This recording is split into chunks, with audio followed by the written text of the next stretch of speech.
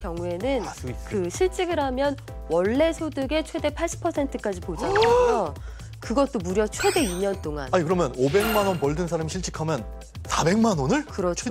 최대 2년 2년 동안? 그래서 사실은 유럽에서는 고의로 그럴 수도 있겠네요. 구직 활동을 하지 않는 그런 게 사회적인 문제가 되는 경우도 있어요. 그럼 우리나라는 어떠냐? 우리나라는 고용보험에 가입돼 있는 직장에서 비자발적인 실직이 되어야 됩니다. 그러니까 우리 사장님 마음에 안 들어. 저 이 회사 때려치우겠습니다. 해서 나간 거는 당연히 실업급여 혜택을 받을 수가 없다라는 거죠. 이 비자발적인 해고라는 것은 뭐 회사가 어려워져서 인원 감축을 해야 된다라거나 뭐 계약직에 같은 경우에는 계약직이 만료가 됐는데 정규직으로 전환이 안 돼서 어쩔 수 없이 나오는 경우 대부분이 이런 경우에 해당이 될 것 같네요. 내가 그만두겠다고 해서 퇴사를 한 경우에도 실업급여를 신청할 수 있는 경우가 있습니다. 대중교통수단을 기준으로 했을 때 네. 왕복 출퇴근 시간이 3시간이 넘어요. 이런 경우.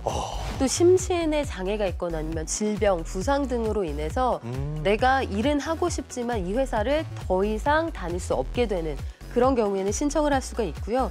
근로조건이 채용 전후에 완전히 달라졌을 때, 그러니까 그 사측의 계약 관계를 위반했을 때도 해당이 됩니다.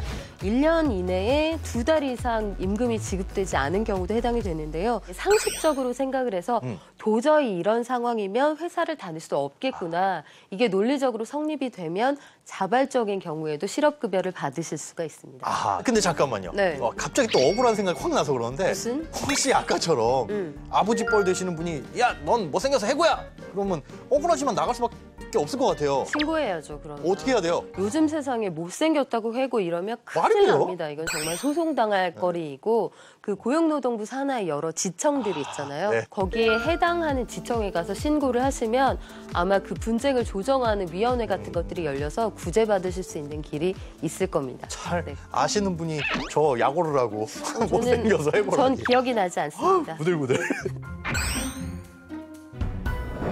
그러면 나는 한 달 정도 다니다가 퇴사를 했는데 그럼 실업급여를 받을 수 있을까? 이런 생각하시는 분들 조건들이 또 있습니다.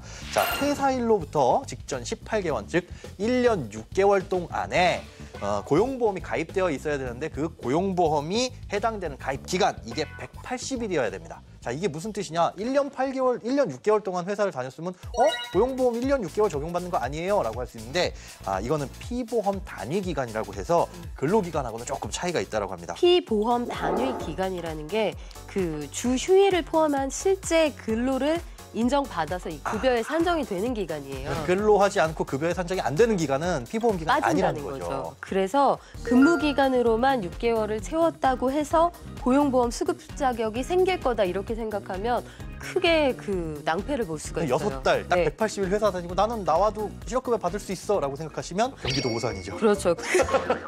죄송합니다.